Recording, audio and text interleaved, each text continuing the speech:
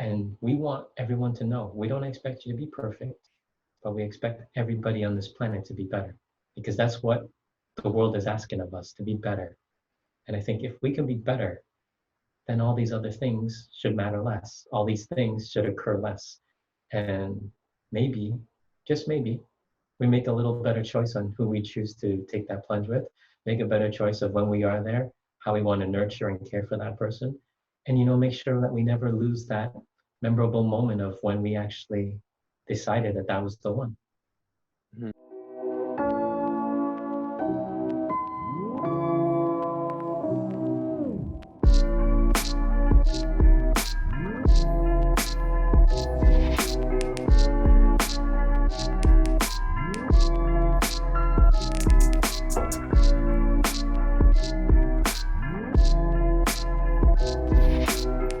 Welcome, everybody, to another episode of The Human Blueprint. My name is Angelo, and we are here with Herman today. We have the blessing of receiving this knowledge and wisdom. And today's topic is an interesting one. I think it's something that has probably affected you in some way, shape, or form.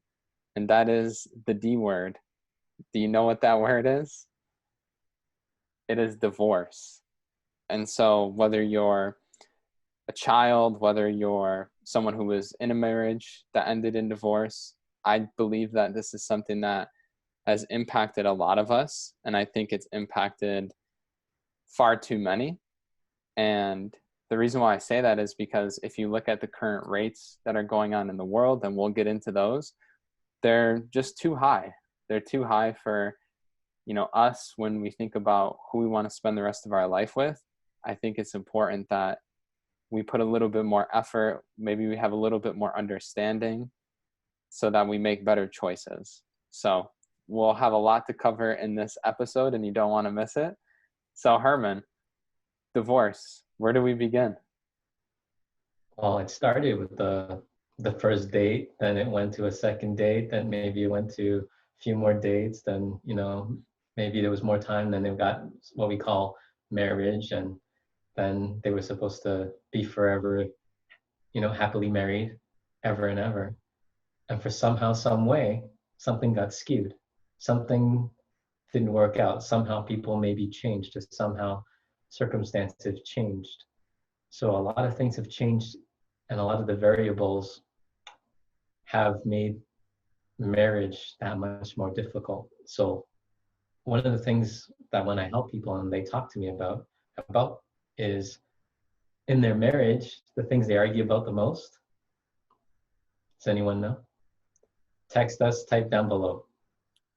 We'll give you a second.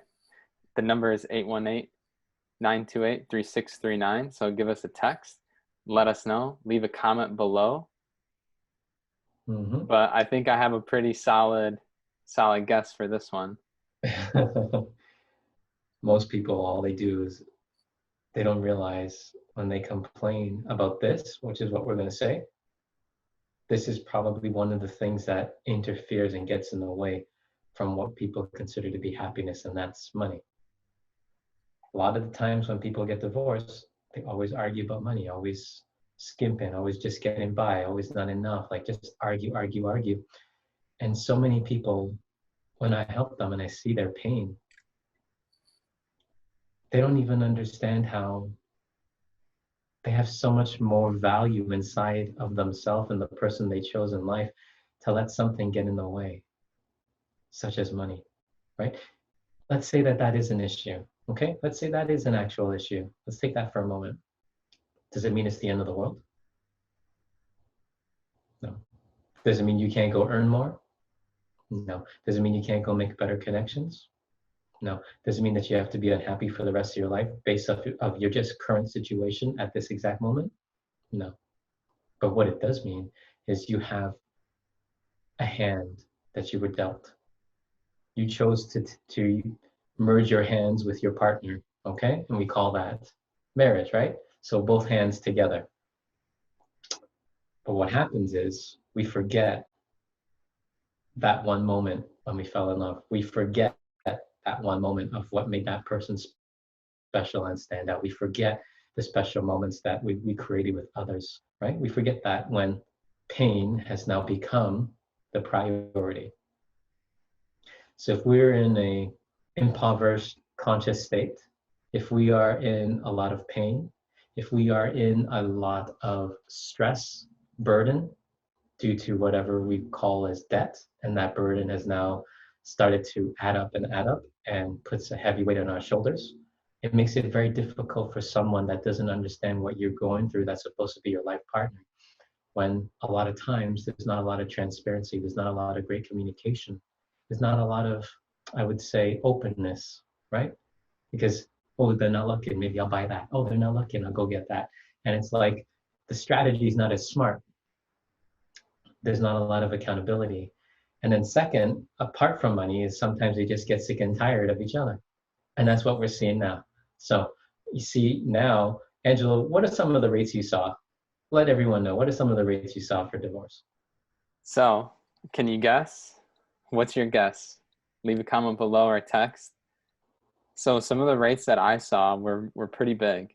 So in the US alone last year, it was 40 to 50% of marriages end in divorce. And then that was pre-COVID-19. So now that people are quarantined and staying at home, forced to spend more time together because maybe most of the week, maybe you don't see each other that much because you both work, you know, all those other circumstances. So now, at least in China, there were articles that also showed that there was spikes in the rate, in the divorce rate. Mm-hmm. And so if it's happening there, I mean, it's quite possibly happening everywhere else. Exactly.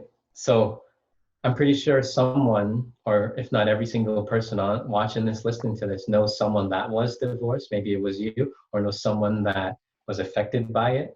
And we wanted to discuss it because, you know, a lot of people think their job is, you know, the worst thing in the world that they have to go to, until they realize when they couldn't run away from the partner or their I would say life partner, and they were forced to face them. All of a sudden you saw the person like, I didn't know you used to do this. I didn't know you like that. I didn't know this. I didn't know that. And he started to see a whole other side of the person that you're supposed to be married to. Mm-hmm. And a lot of us have to be a little careful because sometimes we don't realize how when we rush in at the beginning and then we use the job as an escape or because we needed our space. And then when we're forced into the same space, in a confined space for a long period of time, we tend to get on each other's nerve. We tend to realize, you know, certain things that we say or do, it's not conducive for a good marriage. And we have to make some changes. And if we're not willing to make some of those changes, that's when people want to get divorced. And we want to let you know, you don't have to be perfect, but you do have to be better.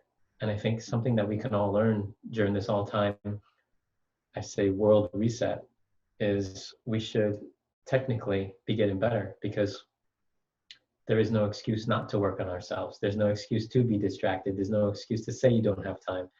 In fact, you should be enjoying the time you do have with your loved ones even more, specifically that significant other. And you should be growing that. You should be sharing that of all the time that you couldn't share with each other because you did have such a busy schedule. And I think if we can just switch how we approach things, if we can just switch just a little bit how we approach things, I think our marriages and the people we are with can do a lot better. I completely agree. I mean, when you're talking, it's interesting because sometimes we get so involved in it, emotions get so involved in these type of things that it's hard to see clearly. And that's why obviously something like this is so helpful to help refreshen your perspective. Something like having guidance or being able to have somebody that can help you work through these things is so important, because without it, sometimes we're blinded by what we can't see, what we choose not to see, what we only choose to see. And it seems like a lot of the methods and approaches are outdated. They haven't worked for half of the people, and maybe the other half that are still together, who's to say that, you know, they're happy or like making use of that time together with their loved ones. So I think that we just need to do this a little bit different. And that's why we wanted to bring light to this topic, to help you so that you can do it different. Like you can be better, like Herman said. And don't just think of it as like in a marriage in terms of divorce. Think of it in like other areas too, where maybe you have divorced the creative side inside of you that made you so jubilant and excited and joyful as a kid. Or maybe you divorced the understanding side because you feel someone hurt you, so you no longer want to be understanding. Or maybe you divorced the 5-year-old kid that was inside that was only knew happiness.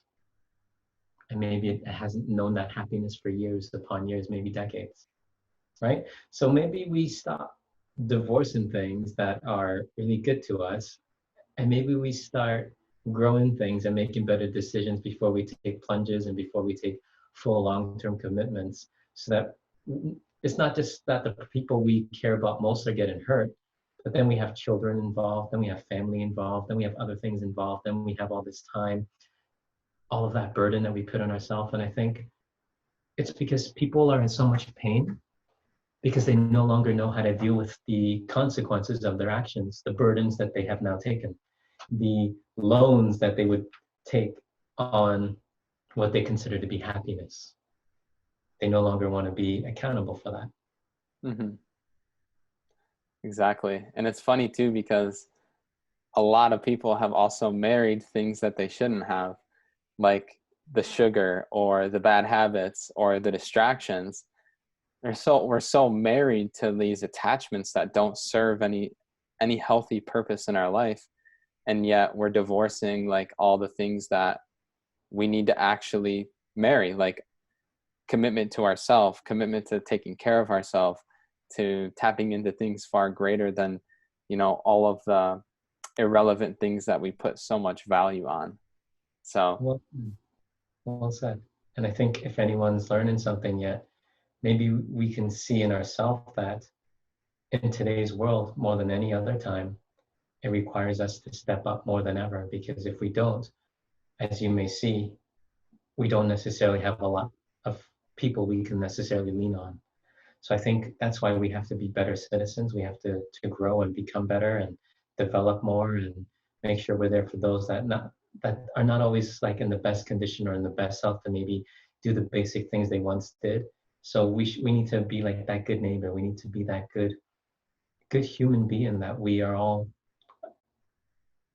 have locked inside somehow, some way, that maybe we just need to use more of that. Exactly.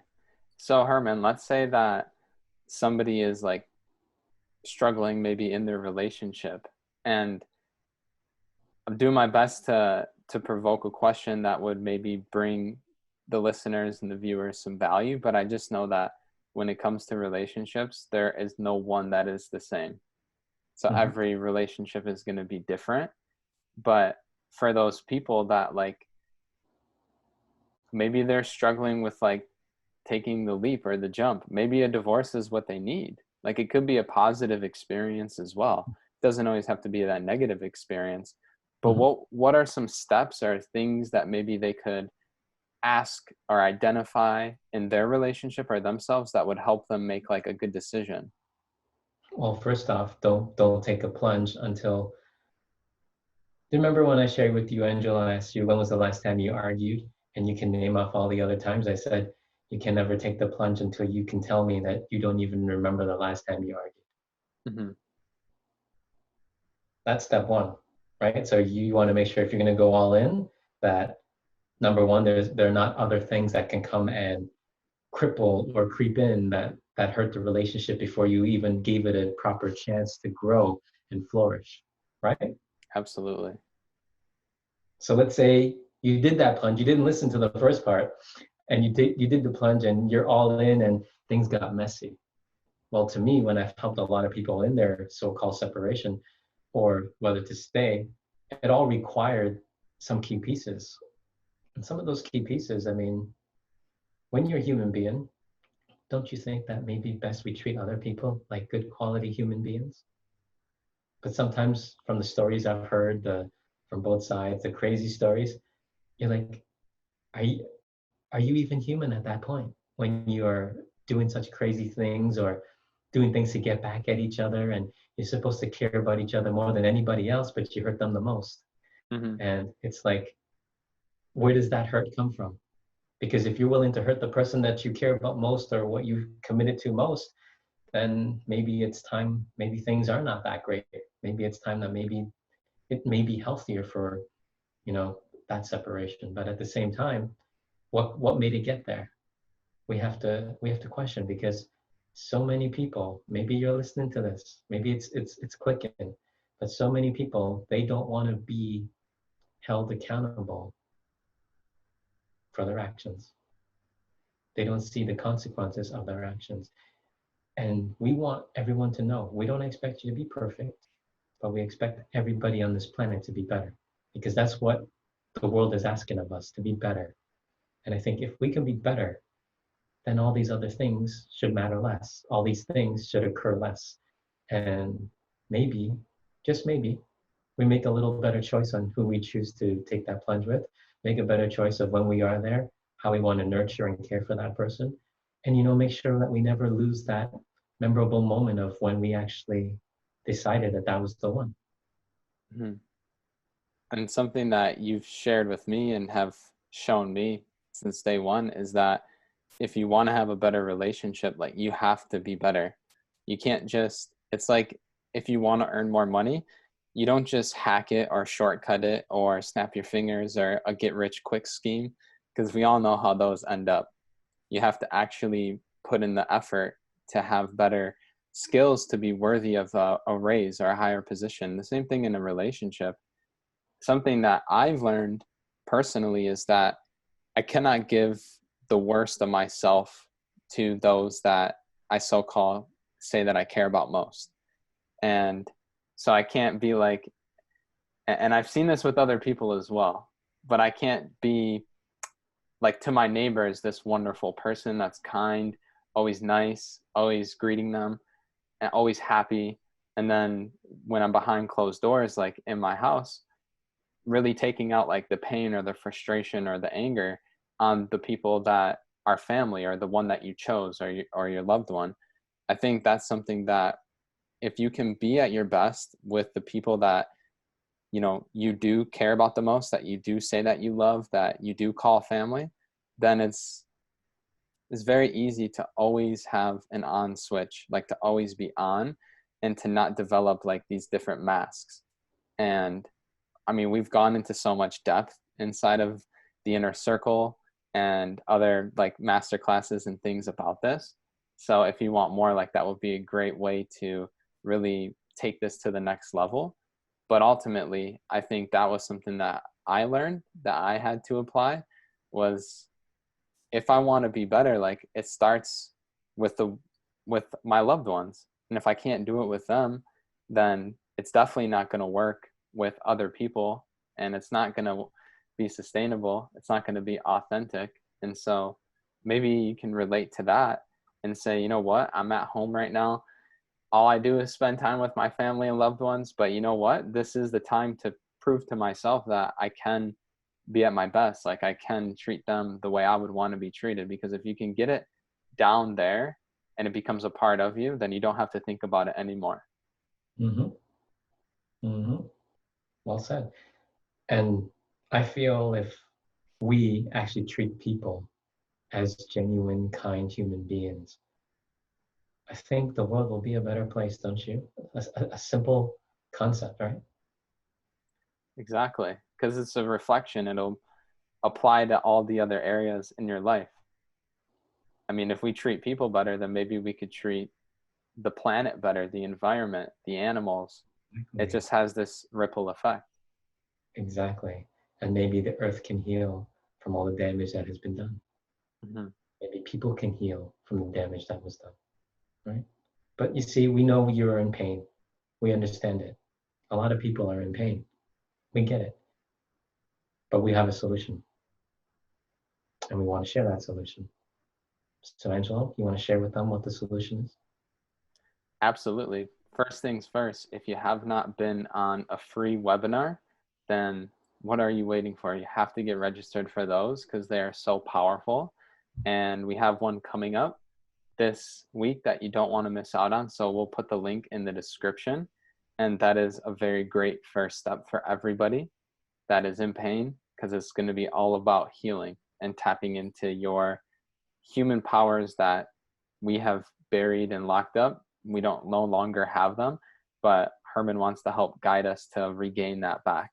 So the webinar, go down there, click it, register, and then also text Herman if and we'll remind you of the webinar, but also text any questions that you have, and we want to help answer those for you. So just another way that we can bring you value. And then ultimately, you know, for those that really want to change their life, then I believe the masterclass is your solution. Because on the last one, I mean, there are so many people that had experienced the pain, whether that's physically, mentally, spiritually, erase or at least go down. And that was due to what we were doing together, the exercises that we were doing, the wisdom that was shared, the knowledge that was really being embodied. And so that is the place to be. Like, if you're in pain, if you're struggling, if you need some clarity, if you need some guidance, then that's exactly what these master classes are designed for. And the next one is on May 30th. And it is all about mastering your energy through Qigong and meditation. So we'll put a link to that as well in the description. Be sure to check that out and let us know if you have any questions, because we want to help erase that pain in your life. Exactly. You don't want to miss it. Yeah. I mean, I was personally like blown away with everybody's experience, for them to say that what was being shared with them was actually helping, and they could feel the change and the shift and the results. That is what excites me. And imagine if we could share that with more people. And so if this resonates with you, we invite you to also share this with others. Share this with your family, share it with your friends, share it with those that need it. Because the more of us that can really lead the way and be the example, then the better the world can be as a result of it. Exactly. So we'll see you there. Well, thank you so much for tuning into this episode. Herman, any last thoughts on divorce that you want to share with everybody?